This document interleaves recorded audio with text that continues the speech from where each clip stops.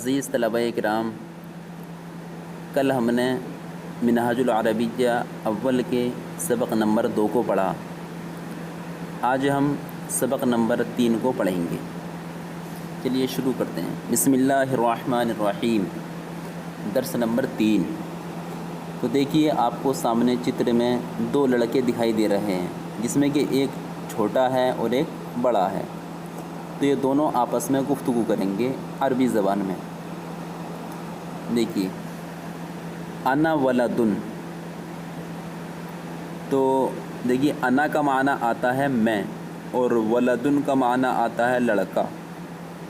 تو چاہے ولدو کہہ دو یا ولدن کہہ دو، ٹھیک ہے، معنی لڑکا ہی ہوگا اس کا۔ کہیں آپ صرف یہ ذہن میں نہ رکھیں کہ ولدن کا معنی ہی لڑکا آتا ہے، ولدو کا معنی اور کچھ آتا ہو، بلکہ چاہے ولدو ہو یا ولدن ہو، اس کا معنی لڑکا ہی آتا ہے۔ دیکھیے، انا ولدن، میں لڑکا ہوں، اور انتا ولدن، اور انتا کا معنی آتا ہے تو۔ تو یہ باتیں آپ دھیان رکھیں کہ انا کا معنی میں آتا ہے اور انتا کا معنی تو آتا ہے۔ تو انا ولدن، میں لڑکا ہوں، اور انتا ولدن، تو لڑکا ہے۔ اور میں نے آپ کو پچھلی ویڈیو میں بھی بتایا تھا کہ جب جیسے کہ ولدن ہے، جب اس پر تنوین آ جاتی ہے تو پھر ہے کا ترجمہ اس میں لگ جاتا ہے، ٹھیک ہے۔ تو انت ولدن، تو لڑکا ہے۔ انا کبیرن، دیکھو انا کا معنی میں ہے اور کبیرن کا معنی آتا ہے بڑا، ٹھیک ہے۔ تو انا کبیرن، میں بڑا ہوں، اور انتا صغیرن، انتا کا معنی ابھی بتایا کہ انتا کا معنی آتا ہے تو، اور صغیرن کا معنی آتا ہے چھوٹا۔ تو انتا صغیرن، تو چھوٹا ہے۔ دیکھیے ایک مرتبہ ترجمہ اور دیکھ لیجئے ان چاروں جملوں کا۔ دیکھیے، انا ولدن، میں لڑکا ہوں، انتا ولدن، تو لڑکا ہے، انا کبیرن، میں بڑا ہوں، اور انتا صغیرن، تو چھوٹا ہے۔ اب نیچے دیکھیے، آپ کو دکھائی دے رہا ہے کہ سب سے پہلے کاف لکھا ہوا ہے، پھر کاف ہی کے نیچے سواد لکھا ہوا ہے۔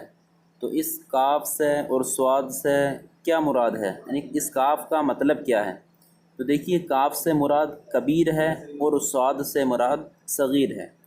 یعنی کاف کے ذریعے کبیر یعنی کہ بڑا سوال کر رہا، اور سواد کے ذریعے یعنی سواد سے جو مراد ہے کیا، صغیر، جس کا معنی چھوٹا ہے، ٹھیک ہے۔ تو پھر صغیر اس بات کا جواب دے رہا ہے۔ دیکھیے، تو کبیر بول رہا کہ حل انتا صغیرن، تو حل کا معنی آتا ہے کیا، اور انتا کا معنی تو، اور صغیرن کا معنی چھوٹا۔ تو حل انتا صغیرن، کیا تو چھوٹا ہے؟ تو سواد یعنی صغیر، سواد سے مراد کیا ہے، صغیر۔ یہ کبیر اور صغیر کا شارٹ کٹ ہے یہ، ٹھیک ہے۔ کبیر سے اشارہ کر دیا صرف کاف کے ذریعے کبیر کی طرف، اور اسی طریقے سے صغیر یعنی کہ جو چھوٹے کے معنی میں ہے تو اس کی طرف صرف سواد سے اشارہ کر دیا۔ تو صغیر بولا کیا، نعم، ہاں، انا صغیر، میں چھوٹا ہوں۔ تو دیکھیے، کیا کے معنی کے لیے ایک حل آتا ہے اور ایک آتا ہے حمزہ، ٹھیک ہے۔ تو یعنی جن حروف کے اندر کیا کا معنی آتا ہے وہ ایک حل ہے اور ایک حمزہ ہے۔ تو حل اور حمزہ یہ وہیں پر لے کر آتے ہیں جہاں پر ہم جس جملے میں ہم ترجمہ کریں گے تو شروع میں کیا کا لفظ آئے تو وہاں پر ہم حل استعمال کرتے ہیں۔ جیسے کہ یہاں پر ہے حل انتا کبیرن، کیا تو چھوٹا ہے، تو کیا کا لفظ پہلے آیا۔ اور ایسی ہے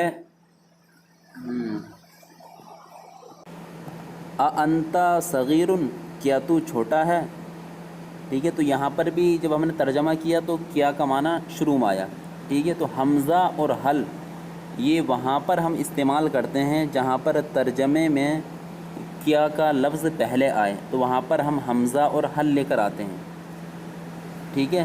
تو یہ دونوں حروف جو حمزہ اور حل ہے وہیں پر استعمال ہوں گے کہ جہاں پر ترجمے میں یا جہاں پر اردو میں کیا کا لفظ پہلے آئے، ٹھیک ہے۔ اور ایک لفظ اور آتا ہے ماں، ٹھیک ہے۔ تو یہ بھی کیا کے معنی میں آتا ہے، لیکن یہ کیا کے معنی میں تو آتا ہے، لیکن وہاں پر آتا ہے جہاں پر جب ہم اردو بولیں گے تو لفظ کیا بیچ میں آئے، شروع میں نہ آئے بلکہ بیچ میں آئے۔ جیسے کہ ہم کہیں کہ تمہارا نام کیا ہے، تو اب اس کے اندر لفظ کیا تو آیا لیکن شروع میں نہیں آیا بلکہ کہاں پر آیا، بیچ میں آیا۔ کیونکہ اگر لفظ کیا شروع میں آتا تو ہم حل کے ذریعے یا حمزے کے ذریعے مطلب عربی بناتے تو استعمال کر دیتے، جیسے کہ یہاں پر آپ کو بتایا کہ کیا تو چھوٹا ہے تو حل انت صغیر، اور اسی طریقے سے انت صغیر، کیا تو چھوٹا ہے۔ لیکن جب لفظ کیا بیچ میں آ رہا ہے تو اب ماں کا استعمال کریں گے، جیسے کہ ماں اسمو کا، تیرا نام کیا ہے، ٹھیک ہے۔ تو اب یہاں پر حل اسمو کا یا اسمو کا نہیں کہیں گے بلکہ ماں لے کر آئیں گے۔ ماں کا معنی بھی کیا آتا ہے، لیکن ماں کا معنی کیا وہاں پر آتا ہے جہاں پر لفظ کیا اردو میں بیچ میں آئے، ٹھیک ہے۔ تو تمہارا نام کیا ہے، اس میں لفظ کیا بیچ میں آ رہا ہے، اسی وجہ سے ماں کے ذریعے ہی اس کی عربی بنائیں گے۔ تو ہو سکتا ہے آپ کو یہ بات سمجھ میں آ گئی ہو، تو اس بات کو آپ دھیان رکھیں۔ دیکھیے حل انت صغیر، کیا تو چھوٹا ہے، صغیر یعنی سواد سے مراد کیا، صغیر مراد ہے یعنی چھوٹا والا لڑکا۔ بولا کہ نعم ہاں، انا صغیر، میں چھوٹا ہوں۔ پھر آ گیا ہے، دیکھیے پھر سواد آیا تو سواد سے مراد وہی صغیر ہے جس کا معنی چھوٹا ہے۔ تو صغیر بولا حل انت صغیر، کہ کیا تو چھوٹا ہے، یعنی اب یہ صغیر یعنی جس کا معنی چھوٹا ہے، یعنی چھوٹا لڑکا اب یہ سوال کر رہا ہے بڑے والے سے، ٹھیک ہے، بڑے والے لڑکے سے۔ کیونکہ جیسے کہ ابھی آپ نے اس فوٹو میں دیکھا کہ ایک چھوٹا لڑکا ہے ایک بڑا لڑکا ہے، تو پہلے بڑے لڑکے نے سوال کیا چھوٹے سے، پھر چھوٹا اب بڑے سے سوال کر رہا۔ دیکھیے صغیر بولا حل انت صغیر، حل کا معنی کیا اور انت کا معنی تو، صغیر کا معنی چھوٹا، تو حل انت صغیر، کیا تو چھوٹا ہے، ٹھیک ہے۔ تو یہ ایک سوالیہ جملہ ہے، اور اس سوالیہ جملے کی طرف یہ آخر میں سوالیہ چن لگا دیا گیا ہے تاکہ اس بات کی طرف اشارہ ہو جائے کہ اس جملے سے کسی بارے میں پوچھا جا رہا ہے، کسی چیز کے بارے میں سوال کیا جا رہا ہے، ٹھیک ہے۔ حل انت صغیر، کیا تو چھوٹا ہے، تو کاف یعنی کہ کبیر بولا لا نہیں، انا کبیر، میں بڑا ہوں، انا کا معنی میں، کبیر کا معنی بڑا، انا کبیر، میں بڑا ہوں، لا صغیر، لا کا معنی آتا نہیں اور صغیر کا معنی چھوٹا، تو لا صغیر، چھوٹا نہیں۔ تو ایک مرتبہ ترجمہ اور دیکھ لیجیے اس والی لائن کا کہ حل انت صغیر، کیا تو چھوٹا ہے، تو کبیر بولا لا نہیں، انا کبیر، میں بڑا ہوں، لا صغیر، چھوٹا نہیں۔ دیکھیے اب پھر کبیر بولا حل انت کبیر، کہ کیا تو بڑا ہے، حل انت کبیر، کیا تو بڑا ہے، یعنی کبیر اب چھوٹے والے لڑکے سے سوال کر رہا ہے کہ حل انت کبیر، کیا تو بڑا ہے، تو صغیر، تو چھوٹا والا لڑکا بولا لا نہیں، انا صغیر، میں چھوٹا ہوں، لا کبیر، بڑا نہیں۔ اب صغیر سوال کر رہا بڑے والے لڑکے سے، ٹھیک ہے، یعنی چھوٹا والا لڑکا بڑے والے سوال کر رہا، تو صغیر بولا حل ھذا کتاب، حل کا معنی کیا اور ھذا کا معنی یہ اور کتاب کا معنی کتاب، حل ھذا کتاب، کیا یہ کتاب ہے، تو کبیر بولا نعم ہاں، ھذا کتاب، یہ کتاب ہے۔ اب پھر صغیر سوال کر رہا کہ حل ذالک فارسی، حل کا معنی کیا اور ذالکہ کا معنی وہ اور فارسی کا معنی فارسی، کہ کیا وہ فارسی ہے، صغیر بولا حل ذالک فارسی، کیا وہ فارسی ہے، تو کبیر بولا لا نہیں، ذالک عربی، وہ عربی ہے، لا فارسی، فارسی نہیں۔ اب دیکھیے نیچے آ رہا ترجمہ کرو، اور کچھ جملے دیے گئے ہیں ان کی عربی بنانی ہے، جیسے کہ ہے یہ دین ہے، ایک دو جملوں کی میں عربی بنا دیتا ہوں کہ یہ دین ہے، تو اب اس کی عربی کیا بنے گی، تو ہم سب سے پہلے یہ کی عربی لے کر آئیں گے، تو یہ کو عربی میں ھذا بولتے ہیں، ٹھیک ہے، تو ھذا لیے۔ اب دین کی عربی دین ہی آتی ہے، تو ہاذا، اب آخر میں ہا آ رہا ہے اس لیے دین پہ، دین کی نون پر تنوین لے کر آئیں گے اور جملہ بنائیں گے ہاذا دین، یہ دین ہے، اس کا ترجمہ ہو جائے گا۔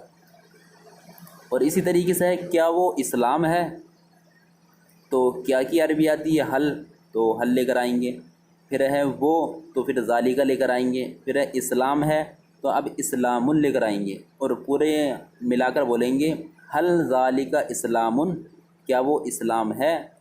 اور پھر اردو لکھی ہوئی ہی ہے اس کے آگے کہ ہاں وہ اسلام ہے، تو جواب دے دیں گے اس کا کہ نعم ذالکہ اسلام، ہاں وہ اسلام ہے۔ تو اسی طریقے سے آپ کو ان تمام اردو جملوں کی عربی بنانی ہے اور صحیح طریقے سے بنانی ہے۔ اور عربی بناتے وقت اپنا سبق پہلے یاد ہونا ضروری ہے، جب سبق یاد ہوگا تو عربی بنانے میں آسانی ہوگی، اس لیے پہلے سبق کو اچھی طریقے سے سمجھ لیں، اس کے بعد ہی عربی بنائیں۔ اور عربی بنانے کے بعد آپ میرے واٹس ایپ پہ پرسنل نمبر پر، جو کہ ویڈیو کو شروع میں دیا ہوا ہوتا ہے، اس پر بھی سینڈ کر دیتے ہیں، جیسے کہ بہت سے لڑکے سینڈ کر رہے ہیں، تو آپ بھی کر سکتے ہیں، انشاءاللہ میں پوری چیک کرنے کی کوشش کروں گا۔ ھذا ھو المرام واللہ اعلم بالصواب۔